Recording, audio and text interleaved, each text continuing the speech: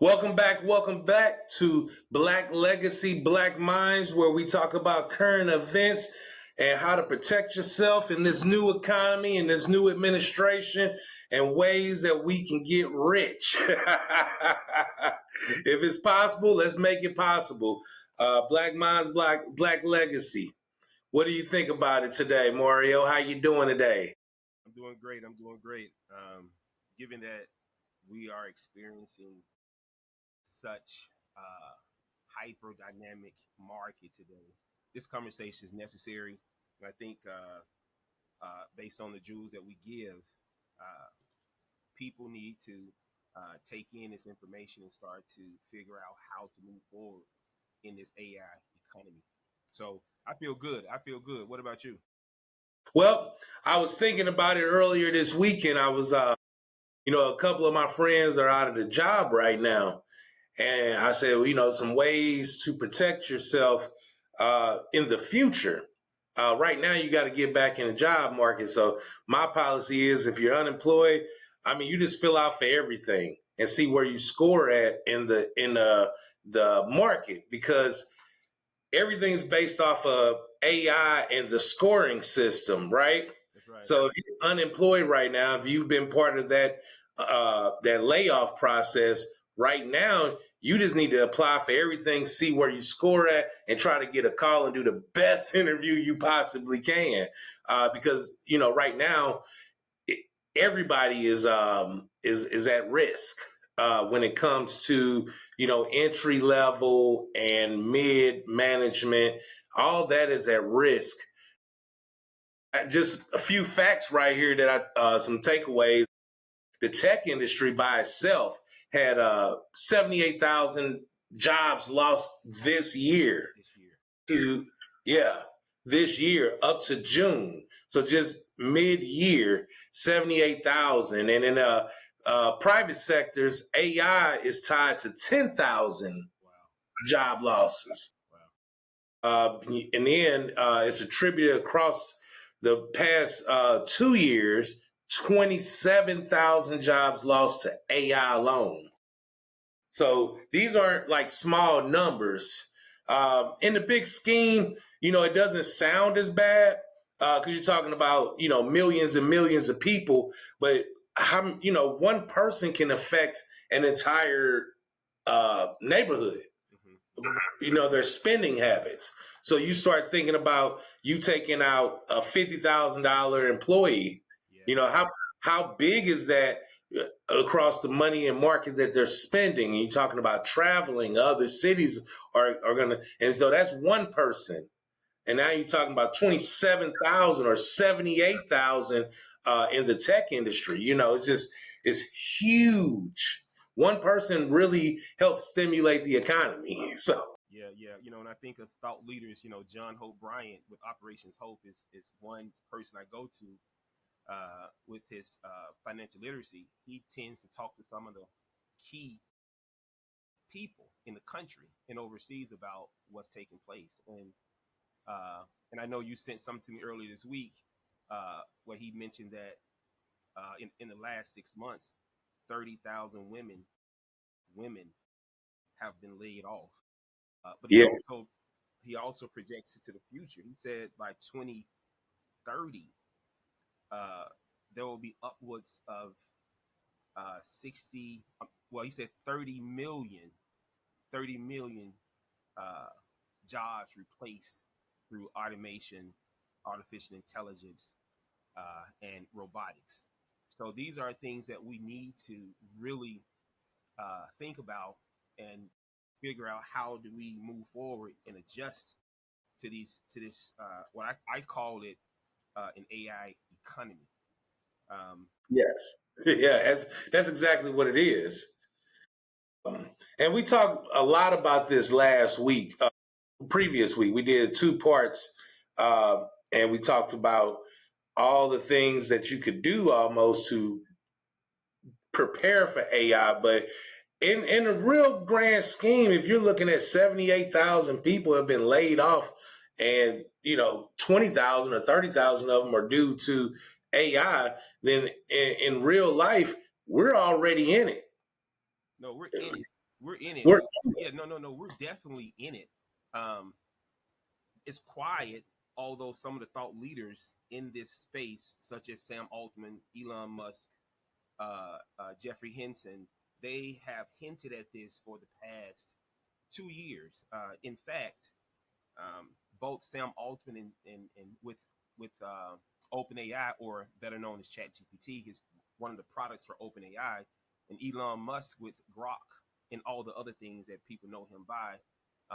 They mentioned to the federal government that artificial intelligence will be so severe to the market, and Jeffrey Hinton said, he used the term scary, that we may have to consider universal basic income, meaning the government as well as large tech companies have to figure out, based on all the layoffs, how do we provide a stipend based on universal basic income to the people in the country, uh, to effectively be able to pay their bills and survive. But the negative side to all of it, even in their report, even in their discussion, is uh, most people in a capitalist society thrive off competing in competition. And when you take away the way they compete, although you give them a stipend, then potential potentially depression begins to creep up. Mhm. So these are the things that we got to consider. And as we continue to go into this conversation today, um, this topic is definitely uh, for Americans, and particularly Black and Brown people. Yes, because that's really who's going to be affected, and that's going to be a generational problem again. So Again, you take the 400 years that uh, Black people are already behind, according, you know what I'm saying? And you take that, and we're trying to catch up to that right now with everybody else. And now you have AI going to set us back even another, what, quarter century? so, yeah, so think about it for a second. So there's a concept called the digital divide, and the digital divide happened when the mainframe computer entered into a space where innovators like Steve Jobs and his company Apple created the Macintosh, which created a new market and a new audience of people who can use and who can access the computer. Mm-hmm. Most middle class to upper middle class families were able to afford the Macintosh computer initially, uh, which created a digital divide because most Black and brown people, particularly Black people at the time, couldn't afford um, Exactly. desktop computers. So what happened is, it created a wide, we call it a digital divide, where there was a lot of people literate on technology in the computer, and there was a whole lot of people who were not. Um, Bill Gates came up with a strategy to start to partner with local libraries across the country, public libraries, where he and his for-profit, well, I think it's not-for-profit organization, began to build an infrastructure inside these libraries where uh, um, they actually install computers. Yeah. So that's kind of where that came That's from. where they came from. So what happened? Okay. They started to offer computer classes for minority populations to help close The the gap. digital divide, and it didn't affect it. It never necessarily closed the divide, but today this is the digital divide on steroids. This is Yes. totally different. This is far further along than just the building of a computer, because I can remember being in high school learning, prompts Yeah, for, HTTP, right. semicolon, all of that, www, AOL, which nobody knows what that is anymore, but that's how it all started for us, was AOL. And AOL. so hey, here's a I was reading this, and not to jump off subject, but we're going to get right back to this, right? I was looking at cabs, Okay, they did a rollout of cabs not having a driver. So like that was in back in my day. That was the job to get like immigrants and black people with very little education. You could still make a good living off of being a cab driver, That's right. right? That's right. So they're taking that away. Not it's not that they're taking it away. They see the benefit of it as far as the labor part, because really it's all about the labor on the bottom line of these statements. Yeah, yeah. Okay, here it is. This is business 101. So you're a business owner, and I'm a business owner as well. Everything goes back to the financials. So if we think of a profit and loss statement, right, or income statement, there's three things that stands out: revenue. The company has to produce revenue in order to survive. Then you have operating expenses. That is the expenses to operate the company, right? Exactly. That is subtracted from revenue. And what you have remaining is profit. Okay, if we think of why are we going in this direction, if we think about, let's say, the profit and loss statement is going to drastically shift as it relates to artificial intelligent robotics. If we think of humanoid, one Tesla humanoid is priced at 30,000. We will, based on that, if a company buys 20 or 30 Tesla humanoids to operate in a manufacturing plant or facility, we're not looking at labor anymore as a cost, as far as in any operating expenses. We're not looking at labor. A company is not considering labor. They're only considering maintenance Of the item. of the item. So the humanoid Tesla robot, the only operating expense for that humanoid is the price of the humanoid, which is 30,000, a one-time fee, The maintenance. and the rest of it is maintenance. Now, and I just need our audience to understand and conceptualize what I'm trying to say. So if we have one human and we have one Tesla humanoid robot, the human works 365 days. Let's think of a calendar year. The human gets vacation days, sick Exactly. days, right? All those particular things that happen, which takes them off the manufacturing floor when they're sick or when they're on vacation, compared to a humanoid, which is on there and can work 24 hours a day compared to an 8-hour shift. It never takes off. It never gets sick, and Exactly. it doesn't receive a salary. So if that person makes, say, 60,000 as the lowest in the manufacturing facility, 60,000 a year, that is 60,000 that is not paid to a humanoid, Tesla humanoid robot. And in fact, they only cost 30,000 each. So in 1 year with one You've humanoid, already made your money back. you've already made your money back. So we have And plus 30,000. Plus 30,000. plus And you don't have 30,000. What they and convert, you don't have to pay the health care, you don't have to pay the unemployment. yes, When it's done, you just replace, right? So that your bottom line increases first year. So first year you increase your bottom line, therefore and thereon after. Now the only thing that I found this week, because it was a problem for me, was updates. okay, And updates can cause bad triggers, right? So if it's not updated correctly, it can knock something out of the system where it's not performing it's not correctly. performed yet. Here's the thing: these companies, because I have a friend that worked in a auto, uh, I think it was Nissan in Mississippi, where he oversaw robots. His crew, Mhm. his crew were robots. Now he's not an engineer, so he told me the company was structured this way.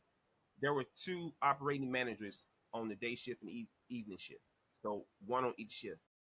They were responsible uh, for ensuring that the robots were able to effectively uh, meet the quota per shift. If a robot went down, they were to call an engineer who was on call 24 hours a day, and the Yeah. engineer would come in and reboot the robot and whatever he had to do to keep it moving. So the structure that I'm giving you now is a structure that has already been in existence in automotive industry. Is just going to transfer into these other industries. So there And will the be other robotic sectors. engineers, computer engineers, and engineers who will be on call to help these particular uh, robots to continuously be efficient and effective in the work that they're doing. And now we're just talking about robotics right now. We haven't even ventured into the whole world of artificial intelligence. Right. Which is that's a form of it. And it's been going so like this is not AI is nothing new. That's The right. minute they made the first machine, the minute, they made all of this is started replacing human bodies in jobs, but now it's gonna start affecting the white collar worker. Yes. And Yes. now is going to be mentioned more when it was affecting the blue collar worker, like as you just mentioned at GM, the robotic arm putting the engines together and putting the body together. And that's been going on for years. Where that's how they cut costs to keep the cars of affordable and available. That's right. That's right. So So now it's starting to affect white collar workers, where the bulk of the nation's income that's right. That's right. is You know, between blue collar and white collar, but the bigger spenders are the white collar workers. the white And collar so workers. Yeah. Yeah. yeah, and so it's going to start affecting them, and so now it's becoming an issue. Well, And here's the thing: artificial intelligence is about intelligence. It's about cognition, right? What is the main thing for a white collar worker? A person who seeks a career versus a person who seeks a job.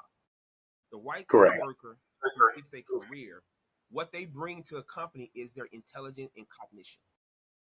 knowledge. Well, these large tech companies have built large language models, ChatGPT, Gemini, Claude, Poe, Yama. Those are the main ones out there, right? They've built these large language models with intelligence and cognition. That is the main factor of someone in corporate.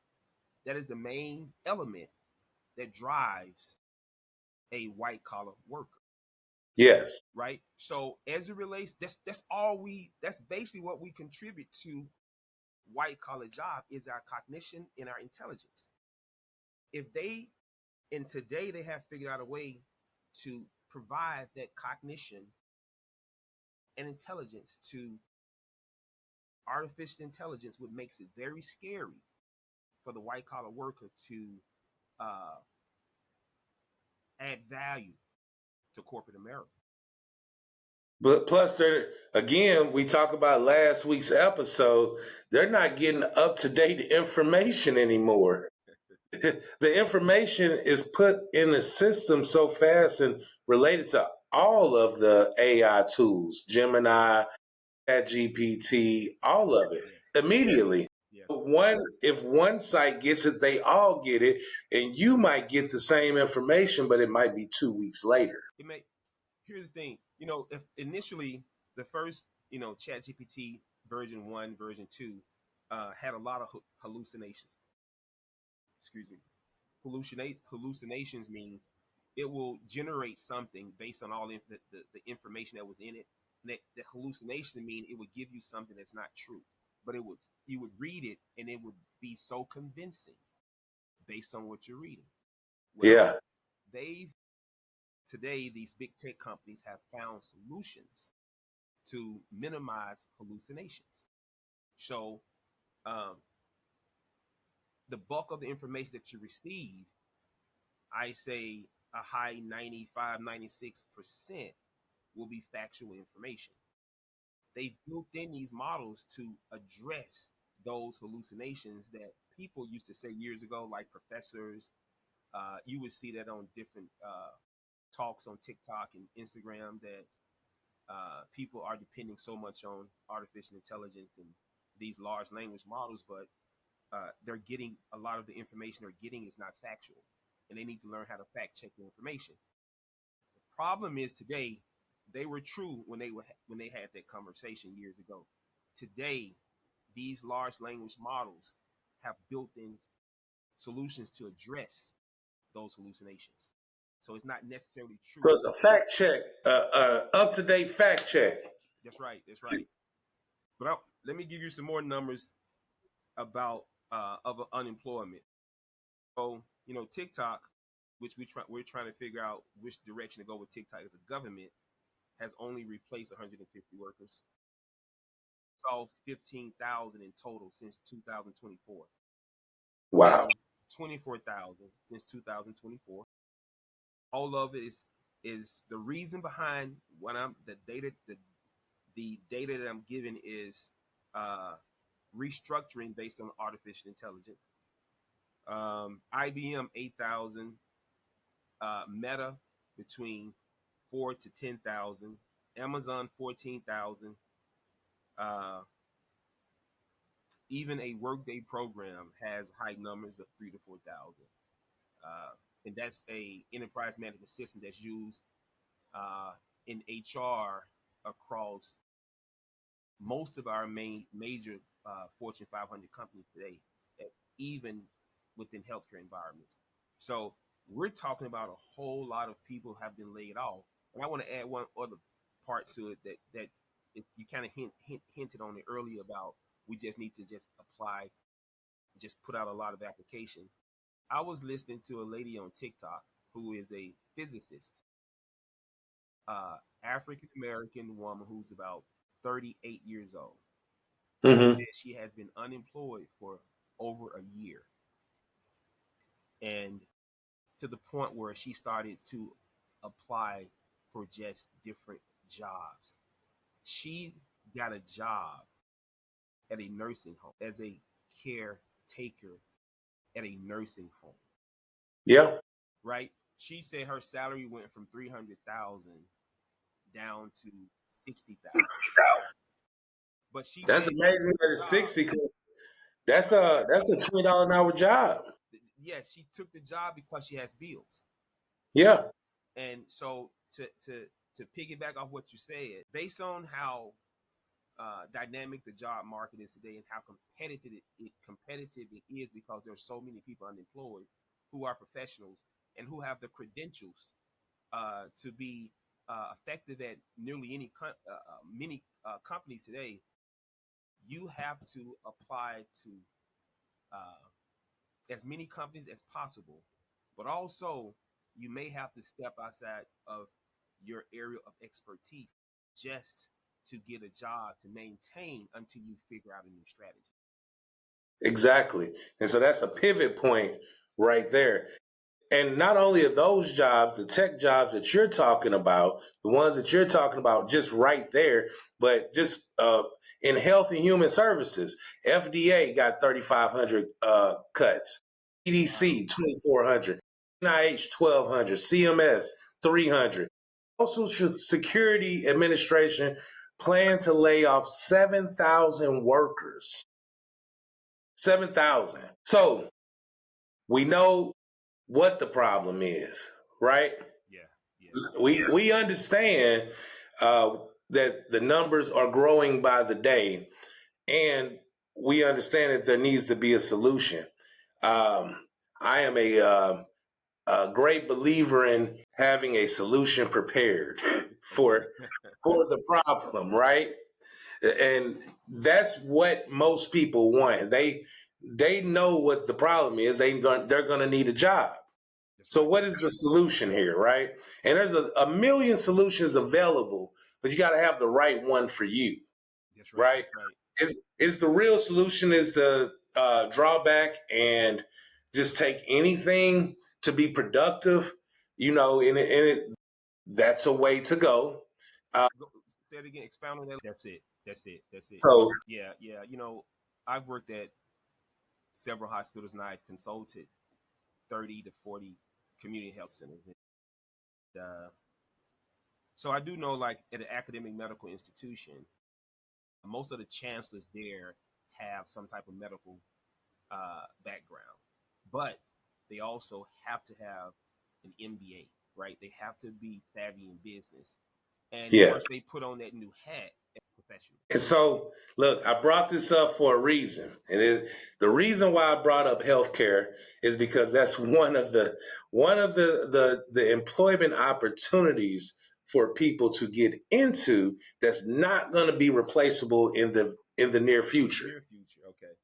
And so, man, when I say that, I mean nursing and CNAs and uh, dietary, anything in a hospital is almost secure.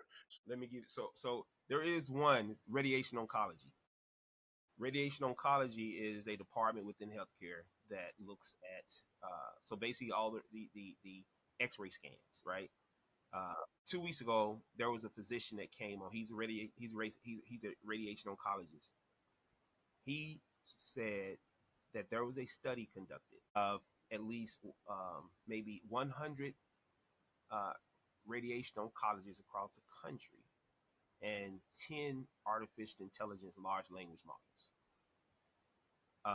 And what uh, the research conducted was to be able to read an X-ray, and I think it was about uh, well, just let me say to be able to read an X-ray and identify what they see within the actual X-ray. I guess it's called it. What is it? The X-ray film to see what they see. Okay. Well, he said 99% of the physicians made the wrong diagnosis, Really? and 8 large language models, artificial intelligence models, made the correct diagnosis. So if the physicians made the wrong diagnosis, what information gave AI to give the right?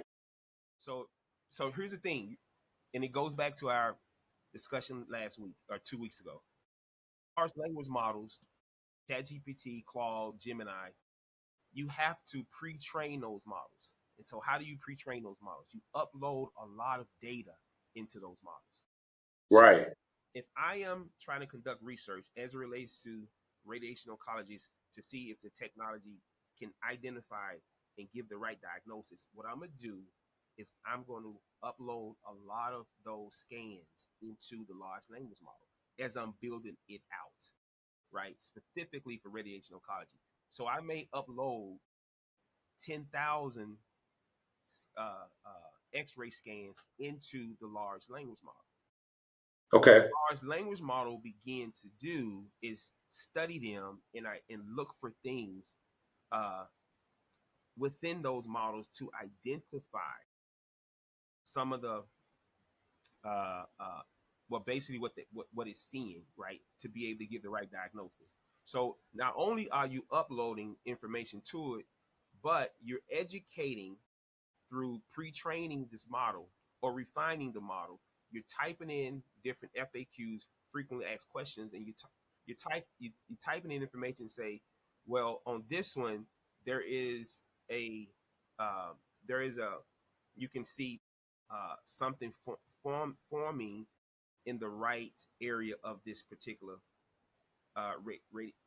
X-ray scan. On this one, you can see something forming on the left side, and you explain what it is.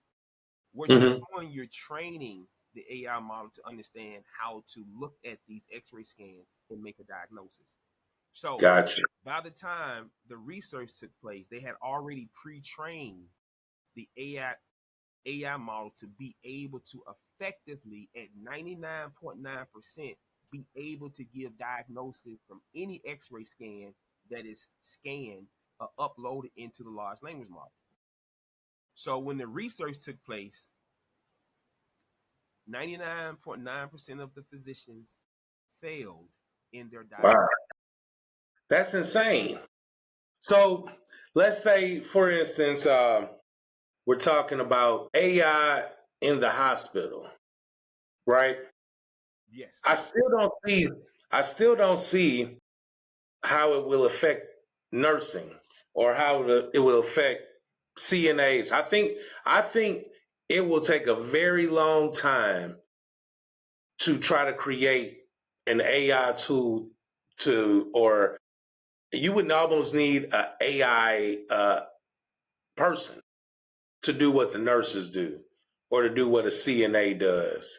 Um, I can't see that in the near future. And the reason why I say that is because those are the jobs that's highly in need right now. There's a shortage of nurses.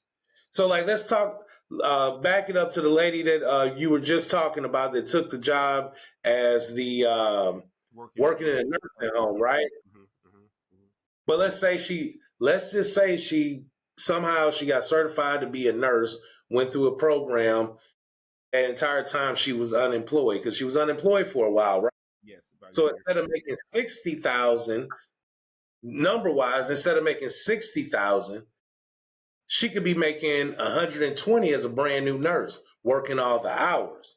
That's a way less pay difference. Like she took a 75% pay decrease instead of maybe a 50%. Yeah, yeah, yeah. So yeah, you're right. Here's the thing. So you're familiar with digital health, telehealth, and digital health. Yeah. So what happened is a lot of digital health is directly towards patients in rural populated areas. Telehealth started. It was telehealth, right? Patients who could not, who lived in these underserved populated areas, who where there were no specialists. There were maybe primarily primary care physicians, but there were no specialists.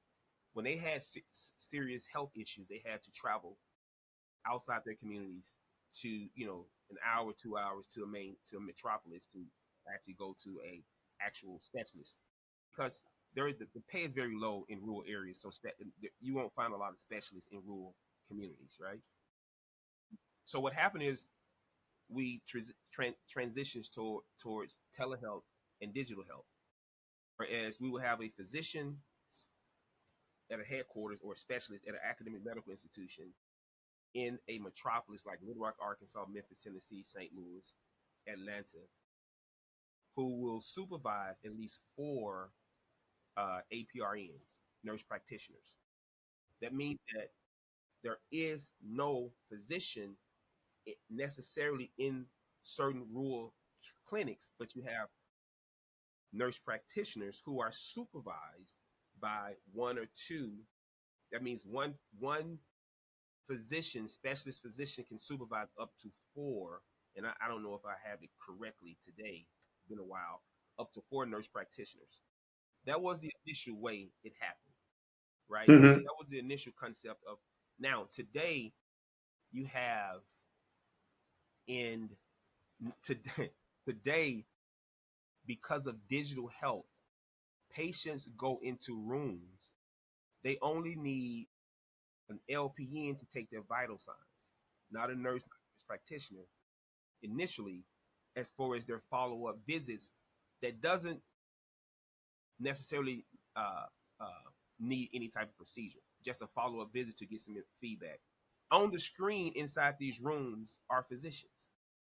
Right. The physicians are talking to them hours away about a report that was uh, email through email through uh, a protected HIPAA protected technology to these physicians, and when they meet with these patients, although this concept actually reduce the cost of care because you're not right, but that's what they're doing now. They're allowing physicians to have conversations through digital screens uh, to patients in rural populated areas, and also to have nurse practitioners to run those actual clinics and centers in Yeah. those areas. I saw that coming though. I saw that coming a while with the nurse practitioners uh, because they're able, I think, aren't they able to subscribe medicine and stuff, right? They're able to subscribe. Remember now, they're able to subscribe, but they report to a physician. Right. They have to Right. submit their reports and talk over their diagnoses and things like that with a physician, so everything can be aligned and effective as it relates to the care that they're offering. Because you can give an APRN, I don't know what the salary could be, 175,000 to go to a rural populated area, but a physician coming out of grad school uh, comes out making 200 plus, and Exactly. and So I mean, you're saving right there, and there is then real opportunity for going to a rural populated. The only reason they go to a rural populated area is for tuition forgiveness. If they go there for 2 to 3 years, then their tuition can be forgiven at that point. But at the same time, uh, most of them, based on my experience, they tend not to start a family until they finish their time in a rural area, where they can the choose residency until they can choose a city hospital once they get beyond their the tuition forgiveness. forgiveness time to go to a city where they can actually prosper and make the money that they want. So I'm saying this to say, in China, there is a hospital that's fully robotic and AI driven. Really, even with nursing. Even with there's a hospital in China that's fully robotic and AI driven. We're not going in that direction as yet. Um, we have bedside care. We have continuity of care. Um, that because our goal is to be healthy, and what does it take to be healthy? So there will continue to be physicians and nurses, and it's a segue into what we're talking about right now. What are the solutions? Well, here's the thing: if you are a radiation oncologist, you need to leverage artificial intelligence. Right. You can come up with a faster and a more accurate diagnosis of what you're looking at on an X-ray picture, as using artificial intelligence as an augmentation. It's a tool that you use. It don't necessarily take away from you communicating with your patient and providing the services that the patient needs, but to give the patient a more faster and accurate diagnosis. Now you can have quality checks along the way, right? But it's how do you strengthen it, and what is the solution for a radiation oncologist in the hospital? Use the technology that helps to give a more accurate and faster reading and diagnosis on X-ray pictures of your patients. That is a Right. solution for That's radiation a tool oncology. that you can use, and you would be looked at as the brains of the operation, no Yeah, matter how much that's right. AI. Yeah. And so um, that also can be used in any position. You need to be. I can't stress enough how much you have to be the best at what you do right now with AI out on the prowl. Because a business owner, if he thinks he has the right crew, if he thinks he has the right people in place, he's not going to consider AI right now because he's winning. Hmm. If he feels like he's winning, he doesn't want to change that formula because any change to the formula is going to backpedal what he's already accomplished to a certain degree. Yeah. Even if that bottom line looks so much better, if he trusts his crew, if he trusts his employees, you're safe. So you have to be the best. Like you Well, have to. well, here's the thing. Sometimes we make mistakes doing that. Blockbuster felt that they were the best. Netflix came along. They saw it. They had a conversation. Uh, Yeah, they I, felt I that heard about they this. felt that Redbox and Netflix would go away. People they felt that the culture of the time was the experience, right? Walking into Blockbuster, and I know you've been to Blockbuster because I've been there plenty of times. Yeah, I had memberships. The experience. It was Yeah, about the experience, walking inside, buying the popcorn, buying the candy, renting the DVD or the CD to take home with your children, and it was family time, and you sat around the TV and you watched it with your family, right? They felt that who would not want the experience anymore? That just didn't make sense. Well, it didn't make sense to the baby boomer generation, our parents, and it right. somewhat made some sense to us. But we jumped on the train of Redbox and Netflix fast. We jumped on the. Our children was already there. But we never Redbox, really trained. Redbox was so simple. You go to McDonald's, you grab you something to eat, and go outside and grab a movie and go. It's right there. So It was so cheaper. It was 10 times cheaper. So it was 10 there's times something to be cheaper. said about it's something to be said about taking back some of your disposable income. Okay. It's something to be And said about that. it's also, think about this. Google, as dominant as Google has been for years, when it came to the new browsers, the agentic browsers, or agent or AI agent browsers, when it came to large language models like ChatGPT, Google should have been the The first leader. leader of large language models. Yeah. But it goes back to what you said. They felt that they dominated the industry. They saw things, they heard about these things coming along from Silicon Valley and Stanford University, MIT. They heard about these new chat boxes and things that were coming along, in large language models, but they took their time. They implemented Gemini after ChatGPT became a dominant factor. Right. And Yeah. now it is just as effective as ChatGPT, but people look at it as more of the generic version, Yeah. right? And the It's reason almost why like is because it's too late. It was too late. it was too late. It's almost like, and I give an analogy of Nike and British Knights. Yeah. British Knights have always been around, but Nike came up with a solution. They started to pair their product with American athletes, Right. and it propelled them into the future, and it propelled them way beyond British Knight. And if you see somebody with British Knights today, you look at it as a generic version of Nike. Yeah, and so it's funny you mentioned that because I was watching Magic Johnson this week on a podcast, and I don't know if it was current or not, but he was talking about you know Nike wasn't the innovator of getting athletes. That's Converse, yes, yes, Converse and Puma was, that's right. and so they and there's nothing wrong with taking somebody's formula. They Yes, just didn't have the budget. They didn't have the budget that the Converse and Puma had at the time.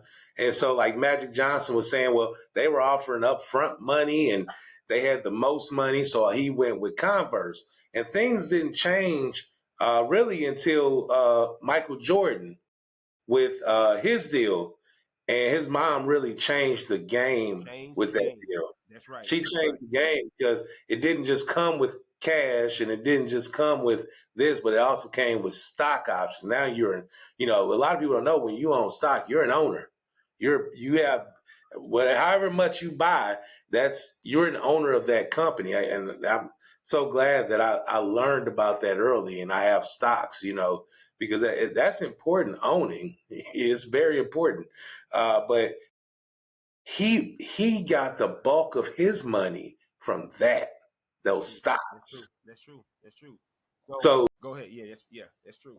yeah, so like Nike. There's nothing wrong with taking somebody's blueprint. Look, in my coaching, I have people that I look at that came before me. I was telling somebody this yesterday, like, I'm not doing something that's never been done before. I'm following a blueprint that already has been set. And I move in that direction.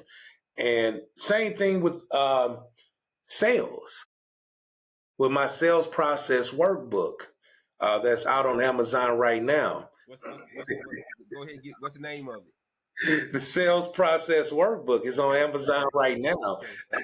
I, I take the formula and I simplify it Right. That's so right. that you can understand it and use it and be effective in sales, because that's another job. Sales, I can't speak about how sales has saved my life since I got out of the military. I have done everything I've done in life based off of the sales, and compassion and empathy for people. I Mm-hmm. want people to get what they want, Mm-hmm. and the things they want I tend to sell. um, And it's, that's an avenue you can go and still make great money besides healthcare. today. Besides healthcare, I Yeah, think healthcare is the safest way to go within the next 5 years. If you're working for any of these places that's laying off, I think healthcare is one of the one of the number one safest, safe place to go. more corporate white collar. But when you think of blue collar, more traditional vocational trades are safe too. So They're the most safe. they're the most They're safe. the, Traditional those are the vocational most trades safe. are the most safe because all these large AI centers have to. All of them need. Like today, there was, I can't think of the guy name. He said we will need over 500,000 new HVAC technicians over the next 5 years. We will need over 600,000 new electricians. We will need over 300,000 new mechanical technicians. So those are safe bets for the future as it relates to blue collar. But when you think of corporate solutions for corporate right now is being able uh, to augment their skills using these particular technologies, right? So there's a lot of AI tools out there. There's a lot of tools that leaders can use that can help accelerate the work and make it a little more effective and more visually appealing. And one thing, we for years we Excel spreadsheets was a big thing in corporate, right? Uh, um, Today there's a tool called Power BI. Power Power BI. BI. So give the people a chance to write that down. Power BI. Power BI. POWER and then BI. Um, it's Excel on steroids. You can create visual dashboards. There's a lot of things you can do with Power BI that you cannot do with Excel. It accepts um, all Excel files where you can adjust and modify them. You can drag and drop. The tool is the software is very intuitive. You can take an actual course. There are courses on Coursera and Udemy for Power BI, but that's effective tool that you can use uh, to be competitive, be more effective today in corporate America. But there's another tool called Notion. Hold on, but with Power BI, before we go to the next one, Okay, before we leave Power BI, where can they get Power BI? you can go to That's important. powerbi.com.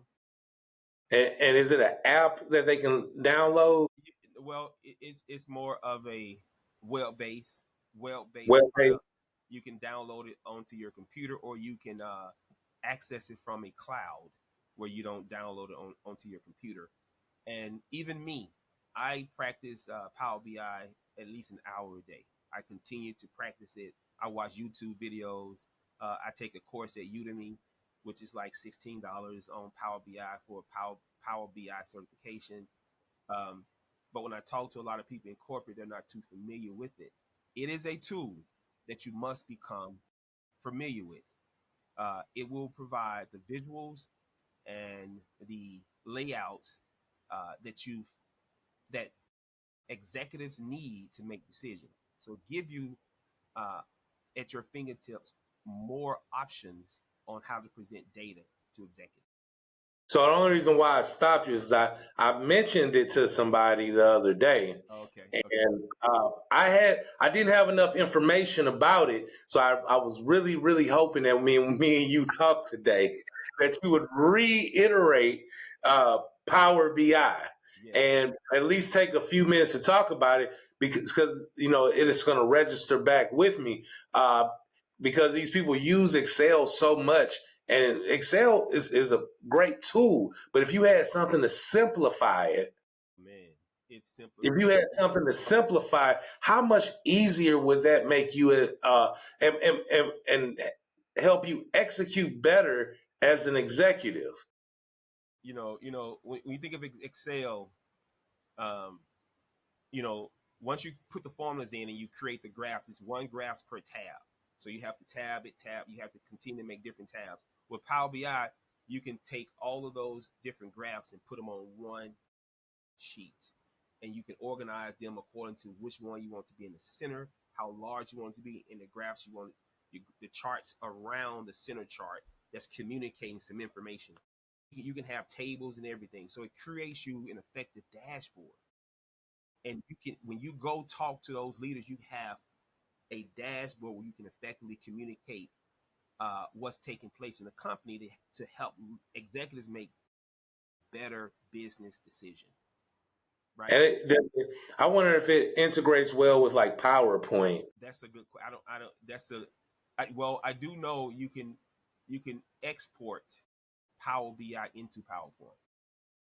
That's what I was wondering. If could Yes. you do that? Yes. Okay, then Yes. yeah, then everybody needs it. Oh, Any, I love it. any management needs that. Leadership Uh, needs that. the other main tool is Notion AI. Notion AI.com. Same thing. In Notion AI, you can do project management. You can manage your projects. You can have team projects. You can send you can send an email to people within your company, external to your company. They accept the email and they're pulled into your Notion uh, workspace where they're a part of the actual team as well. Um, you can measure the progress. It's like any tool for project management or strategic planning. You can even create a wiki, a Notion wiki, right? Where Hmm. when you onboard people or you have people within the team, in order for people to communicate the right thing and to be aligned with what's happening with the company or what's going on with the company, they can just go to the company's wiki page. So a wiki page is just like Wikipedia. When you Right. come up with new information, you type it in and it saves on this company page. And people can continue to just imagine it's the academic medical institution or a university. And people are just adding new knowledge to this wiki page, right? It's a reservoir of intelligence. It's a reservoir of cognition for a company, right? Notion AI, you can create a wiki, you can manage projects, you can build a strategic plan in the system. You can integrate your financial, excuse me, you can integrate your financial budget into the system. You can do financial analyses within the system. It's almost like it's not a tool like human resources where you as relates to recruiting and hiring employees, but basically everything else you can think of in the organization, you can Hmm. integrate Power BI uh, So, outputs and results into your Notion AI workspace. So that's another tool that leaders need to consider. Power Ocean AI. Notion AI, Power BI, Notion AI, and I know last week we talked about AI agents. That's the main thing. My son told me yesterday, my youngest, he said he talked to a young lady who works in IT for a Fortune 200 company in Memphis, Tennessee. She said that the IT department is supposed to present on Monday to the executive leadership team a proof of value why artificial AI, agentic technology, and AI agents uh, could potentially be a solution for the company going forward.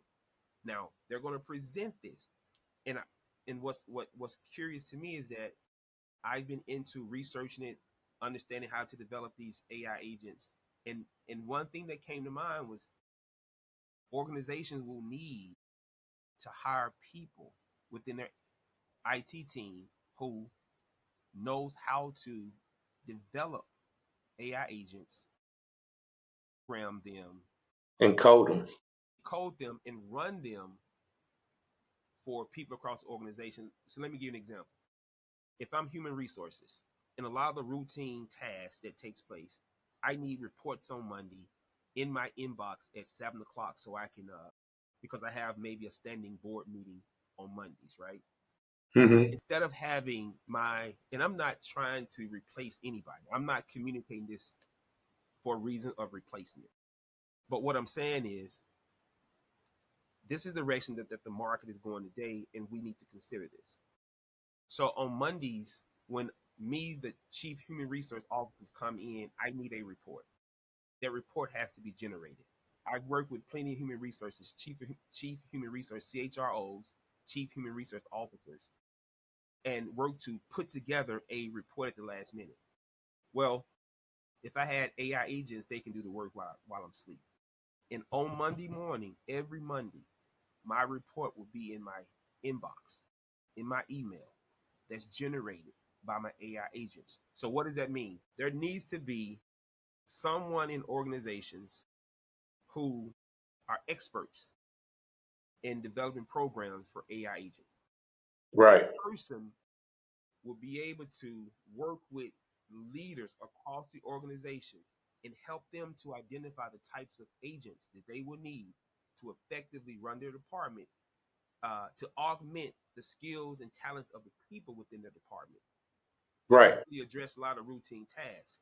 And I say that to say, people like you and me and the people who are listening to this podcast need to understand how to write a description for an AI agent. It's the same as writing a job description. But if I work in marketing and you work in communications and someone else work in operations, those leaders within those areas within the organization should have Hmm. the skill set to be able to write the descriptions.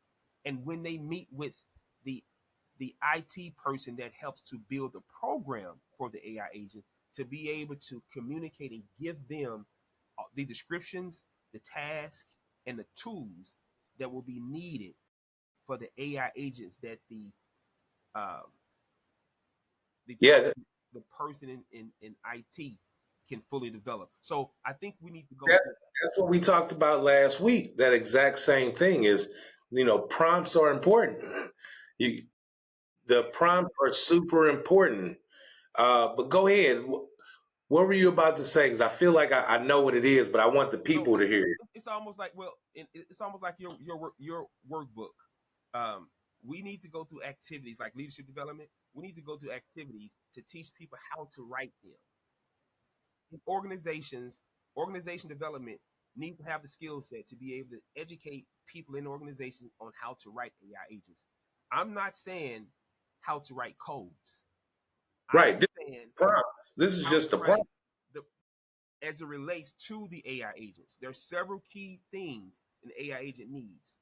That's the description of the agent, the task and responsibilities of the agent, the goal of the agent, what tools can the agent use to be effective, what is the expected outcome, and what is the deliverable. So if we can get a group of people in the room in leadership training and development and take them through a workbook or some worksheets and have them become more efficient in addressing these things, because in the past they leaned on HR to help them determine what is a description for a position. Today, and that's centralized. Today, the development of artificial AI agents on not the program will have to be decentralized. People like you as a director of a department and people like me as a director of a department, it's hypothetically speaking, will have to be able to draft out these descriptions. And it can be done through prompts through large language model, chat GPT, things like that. But we would have to be able to feed this information in to draft the descriptions to, because that increases your value. Exactly. That You see what part. I'm saying? It increases your value. That And so increases your value. those that are trying to find how can they use AI to help them keep their jobs and show the value of why we AI and humans can partner. Hmm. AI and humans can partner. We don't have to separate humans from the workforce to be valuable. But you're gonna have to get more knowledge to be valuable to the company so that you can show your board of directors or whoever why they need you. Yeah. That's what's important. Why they need you, especially if you don't want to be displaced. Now, a solution if you are being displaced, and it's exactly what you just talked about. I mean, literally just a few seconds ago, you can prompt AI to deliver you a resume that can score well with whoever you are attempting to be hired by next. And so if you prompt it correctly through the, and here's what's important, and I probably can't stress this enough, is you have to be in the right AI agent, whether it's Chat GPT or what was Gemini, the other? Yeah, Gemini, Gemini, Claude, yeah, uh, Copilot, any of them. You have to be in the right one for what you are trying to do, because all of them have it's like going to Taco Bell. I'm not going to Taco Bell to buy a burger. I'm going to Taco Bell to get tacos.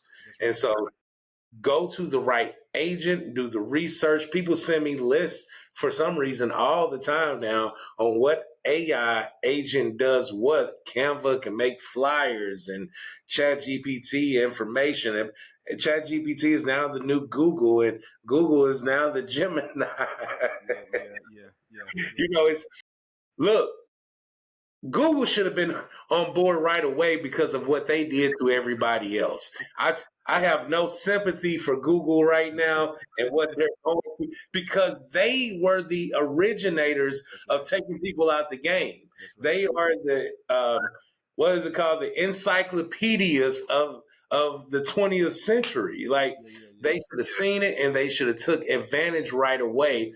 And there is no reason why they didn't, with the kind of staff that they have working for them. Other than the staff was trying to save their own jobs, but because Google is laying off as well. I read a report about that earlier too. They're laying off so many jobs. Just it's healthcare and sales, strategy. Um, all of these jobs are going to be available and pay close to what, I mean, unless you're making $1 million. And the great Grant Cardone, he's a millionaire off of sales. So, you could be a real estate developer, anything. Stuff AI can't do is what you have to look at right now. And real estate agents are flourishing all over the country right now, and there's not enough property for all the real estate agents, right? It's like they're all going after it. So sales, that's sales. If people didn't realize that, so sales, healthcare, to a certain degree. Like, I still think healthcare agents, like United Healthcare, I think that they're in danger of job loss, because that's more of a call center job that's something AI can do. I can create right now. I can create an AI agent call center with 5 to 10 AI agents that can run a call center. That's what I'm saying. You got these codes called, it's like copy and paste. You can take a code, copy and paste, and create a program. So it's one called, text to text, text to text. That's Chat GPT. That's Gemini. That's Claude. That's Poe. You have text to voice, and you have voice to voice. So a voice to voice is like someone answering your phone. You hear a human voice. It sounds human. You respond to that. You ask that voice a question, and the voice responds to you. It's Right. responding to you because it's leaning on ChatGPT, Gemini, or something, but it has a voice application that gives the response. So when you ask it a question, it takes in information, and based on the prompts, it responds to you, but it responds to you in the voice. So you can create a call center with 5 different voices that sits back and answer calls today. So we have to be more diligent and figure out, you know, the solutions for our job. Whatever your job is, how do you augment your job with some type of artificial intelligence, with some type of technology to be more effective and to be able to deliver the outcomes more efficiently and more appealing to leading your organization. But I want to And say, I have a challenge to those that are watching this episode right now. Comment underneath what your job is. Let me and Mario see what you do and how we can help you. that's right, that's right. List your job in the comments, and we'll let you know if AI is a danger in your job. And if it is, how we can help you overcome AI taking your job. or we'll come with a solution.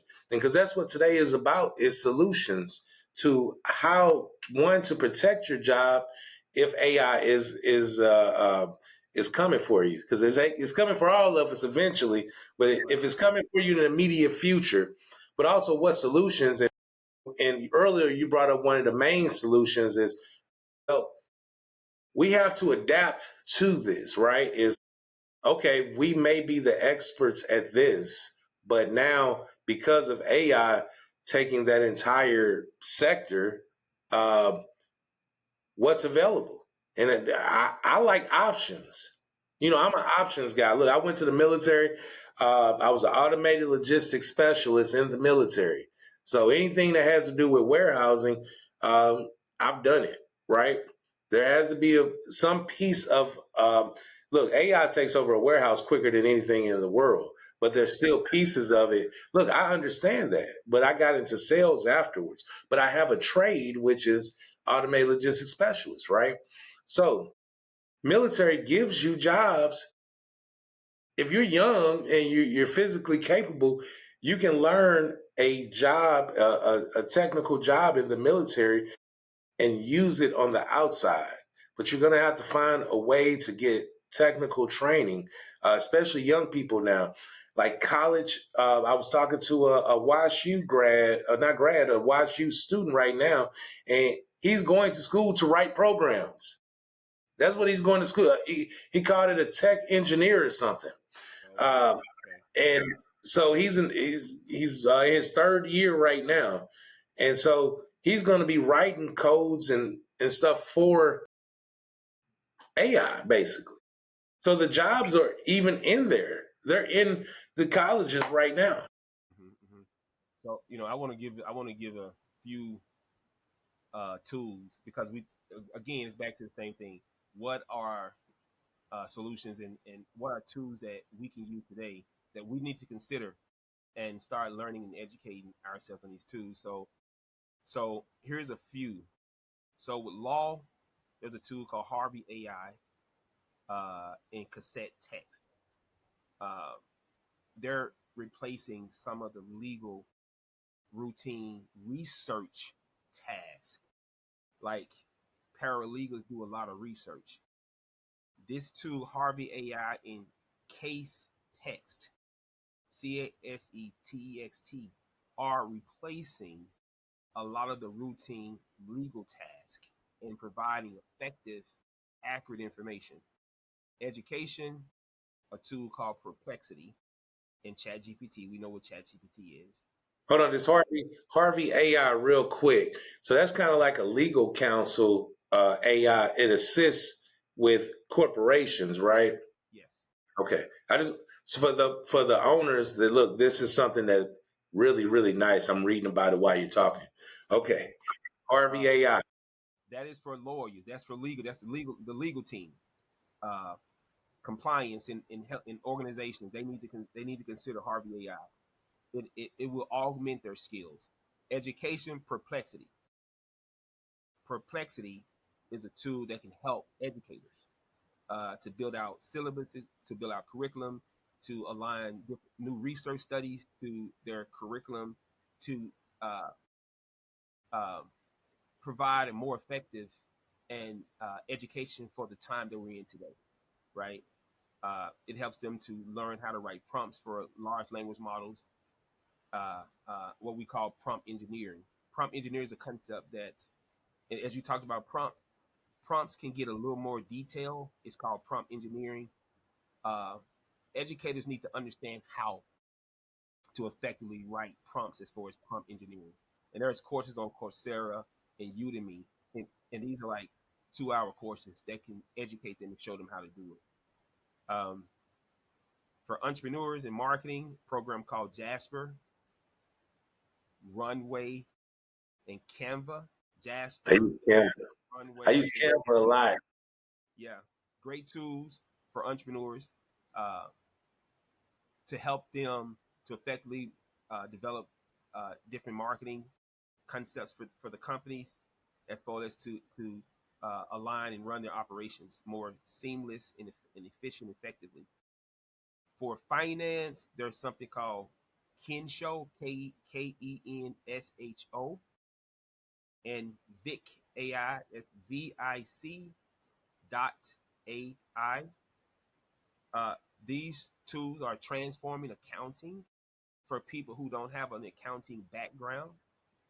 Uh, so even the people in finance, the CPAs today, or the bookkeepers, these are great tools to use to effectively augment your skill to deliver faster, speedy results that's more visually appealing and more effective. Healthcare, you have Watson Health, you have Path AI, you have Nabla Show, NABLA Show. These are different technologies that can effectively help you as physicians, as nurses, as bed side nurses, as nurse practitioners, as any as caretakers. These are tools that you can use to help augment and provide solutions for you. And there's training and education on Coursera, of course. And for the creative professionals, you have concepts named like Mid Journey, Stable Diffusion, 11 Labs. They help you with your creative brainstorming, right? It's all about intelligence and cognition. And for you to be more effective when it comes to a speedy result of brainstorming that leads to some type of intelligence that also leads to some type of cognition, these tools, Mid Journey and Stable Diffusion, can really help you in your profession to be more effective in the work. Wow. Now that was a lot of information. I wasn't expecting that one right there, but I looked those up while you were talking, Okay. and these are all great. These are all great. Can we go back to the one you spoke about with legal? I think it's Harvey. Okay. Um, is that something that can help human resources? Uh, yes, yes, yes. Human resources has a unique position as it relates to uh, its responsibility in any organization, right? So it's basically a council, right? This is more of a tool that's a council for research, contract drafting, litigation support, regulatory compliance. So yes, yes. Regulatory compliance. So that's a lot of HR right there. Uh-huh. So someone in compliance, in regulatory compliance in those areas in human resources need to have access to this. They need to be able to lean in, like Sheryl Sandberg with her concept of leaning in of Meta, Facebook. They need to lean in on this too. If you're in compliance, if you're in human resources, or just the legal office, you need to be able to lean in to use the tool to analyze and give you information to effectively make the right decision as it relates to compliance, right? Just a lot of things that takes place in HR. I can't think of. I've been away from HR for so long. I can't necessarily think of the compliance. I know we spoke about it. We spoke about it earlier, and so I that instantly hit my brain when you said that. When I looked it up right away to see what it was. So, like, these are all tools that's going to help uh, not only you become a hyper performer, but also things that will help you achieve your own personal greatness that you would have never had access to without AI. So this is why I said don't look at AI as competition, but more as your personal assistant to become the greatest you. That's right. Um, and I wanted to focus back in. You didn't go by fast. You definitely spoke about it. But this Jasper AI, and the reason why I wanted to go back to Jasper AI is because for those that are currently displaced and have uh, no idea what you're going to do, entrepreneurship has been the best thing I've ever done. This is Canon Sales Consulting right here. That's this is my third business and it's doing very well. And uh, the reason why is because you have to be consistent at what you do. Just as All Things Strategic by Dr. Mario Wallace. And where can they reach you at? It's allthingsstrategic.org is the website, and info at allthingsstrategic.org is the email address. So yeah, you can reach out to me or Emery to have these conversations, more one-on-one discovery calls, so we can really talk about uh, how to align you with the right tools and technologies to be more effective today as it relates to this new AI economy. Yeah. And so Jasper AI is more for like a business person or an entrepreneur that's that can help you be. It's a tool to help you be successful along with ChatGPT. And one of my favorites, Canva. I use it a lot. Uh, these are all tools to help you be successful in anything that you do. The right AI can really be your best personal assistant. It was one that you mentioned last week, and I didn't catch it if you mentioned it today. Uh, Team AI, was it Team AI? Team AI. I might have it wrong. You mentioned it last week. You can assign it certain things for an entrepreneur, um, and it'll do those tasks for you. I'm gonna come back next Oh week. no, no, no! You're talking about Crew AI. Crew. I knew it was one of them. Yes, Crew AI. Look, So yeah, you was close. You was close when you said team. You was close. yeah. Crew AI.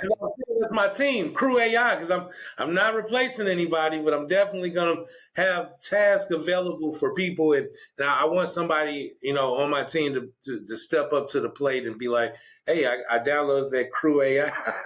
Yeah, Crew I AI. don't know. I don't know if AI, the people that make the AI, if they can reach out to us because we've been promoting the heck out of their AI.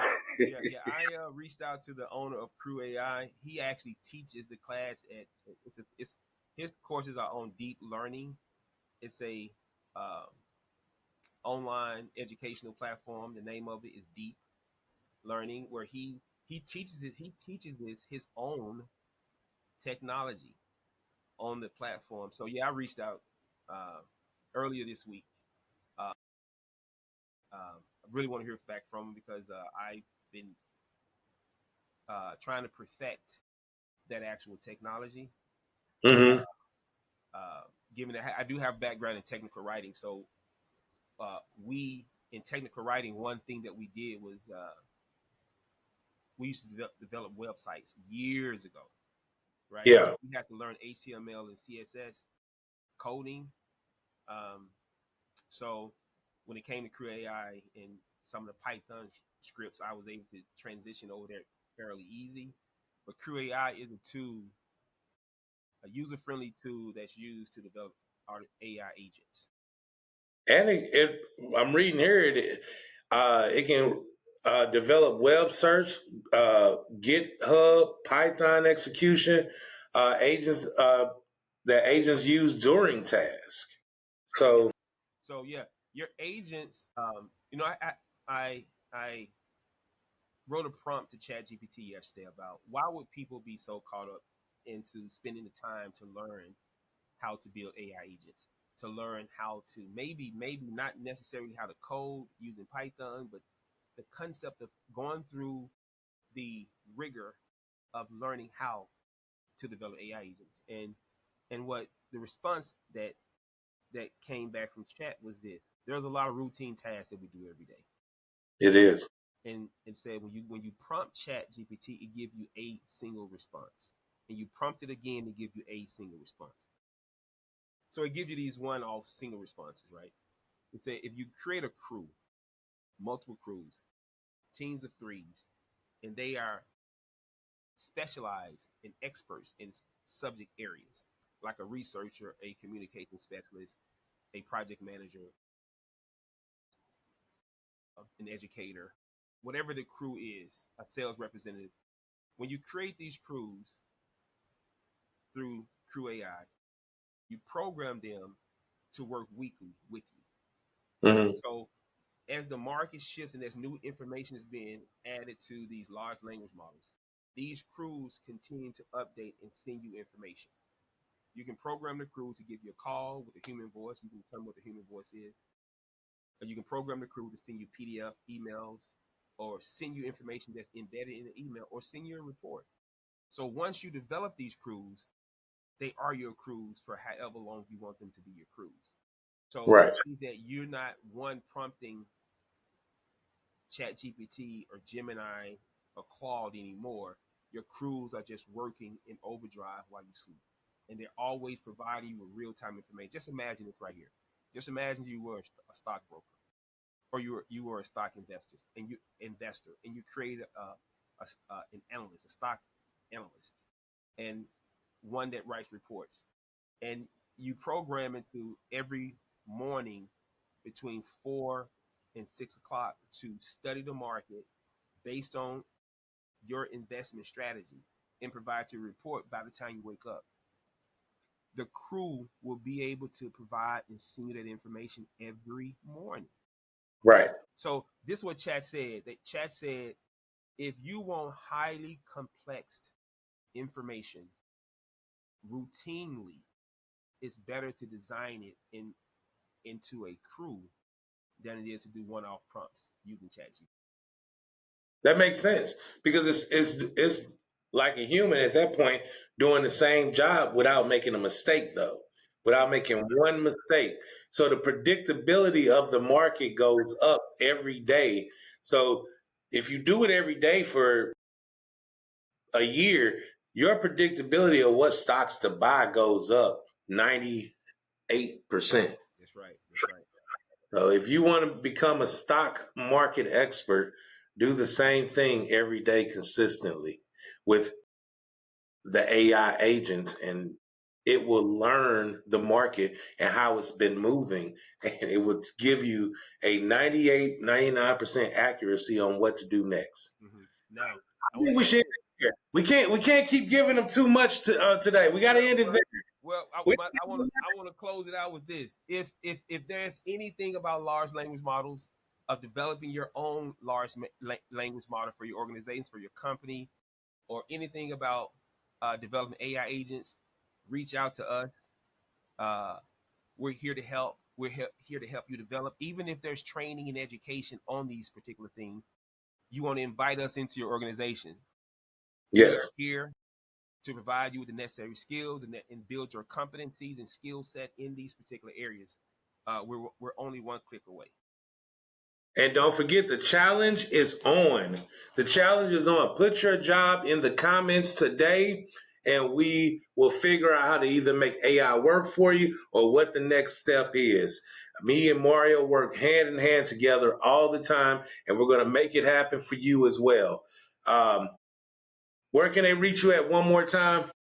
Uh, so email info at allthingsstrategic.org or website allthingsstrategic.org. There it Or is. just on TikTok, LinkedIn, Facebook, Instagram, Mario Wallace. There it is. Look, reach out. The challenge is on. We'll be back next week. We're going to read what's under the comments. We're going to let you know what we can do to help. You can leave it anonymous, but I would prefer that you go to info at allthingsstrategic.org and make it happen. Or you can reach out to me, Emery at cannonsalstraining.com. Right there, Cannon Sales Training. And don't forget, tell me a few books out. You got some strategy books out right now. What are those books? Well, I have two books that I really recommend. Is Strategy is spelled Adam. That's ADEM. That's an acronym for Analyze, Develop, Execute, and Manage. And The Unstoppable Leader. And that so let me go back. So strategy spelled Adam helps you to build out a strategy for your organization, for a small or a large organization. It has proven techniques and methods to use.